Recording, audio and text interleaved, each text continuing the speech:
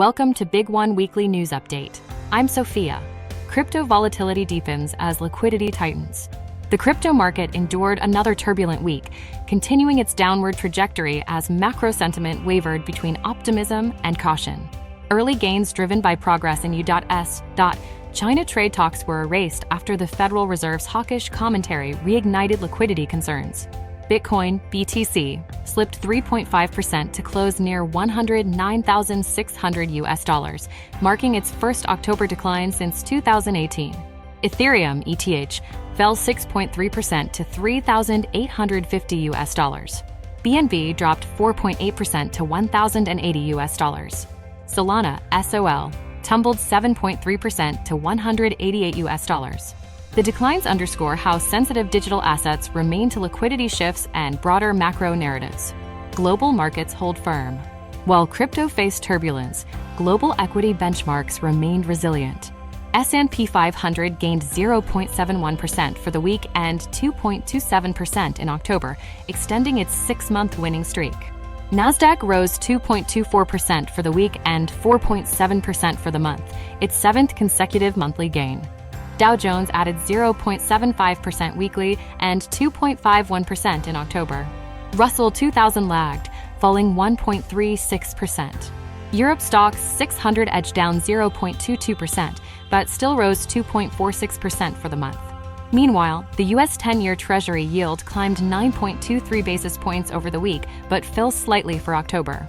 Gold lost 3.4% during the week, yet gained 3.76% month-on-month. Two key drivers: trade truce and FOMC decisions. U.S. China trade truce offers short-term relief. Markets welcome news of a one-year trade truce between Washington and Beijing. Under the deal, China postponed rare earth export controls for a year and increased purchases of U.S. soybeans and agricultural products. The U.S. lowered tariffs on fentanyl-related products, easing tensions in the short term. Fed's hawkish cut marks the end of QT. At its latest meeting, the Federal Open Market Committee, FOMC, cut interest rates by 25 basis points and announced that quantitative tightening, QT, will end on December 1st. Chair Jerome Powell said the economy remains in a moderate expansion phase, adding that AI-driven valuations are supported by earnings. He dismissed risks from subprime auto loans and regional banks as non-systemic. Despite the apparent hawkish tone, analysts view the move as dovish in substance, signaling that Powell still prioritizes employment stability over inflation risks. Markets are split on whether another cut will follow in December, but consensus leans toward continued easing into early 2026. Liquidity, the market's true pulse. While central bank rhetoric dominated headlines, liquidity remains the real market driver, especially in crypto.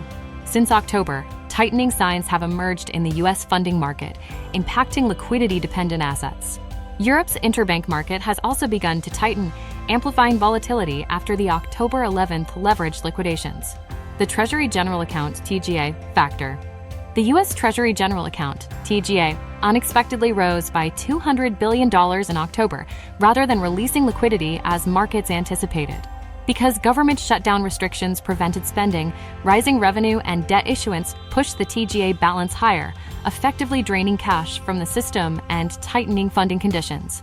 If upcoming TGA forecasts for Q4 2025 and Q1 2026 are revised upward, bank reserves could decline further, intensifying funding stress.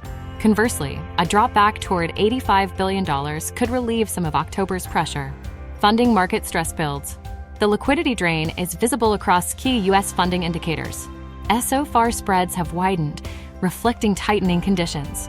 Usage of the Fed's standing repo facility, SRF, and reverse repo, RRP operations hit record highs last week. RRP usage surged to $29 billion. SRF borrowing spiked to $50 billion, signaling acute cash scarcity.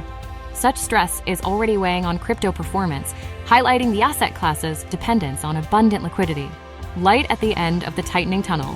Despite current strains, signs point toward an imminent liquidity rebound.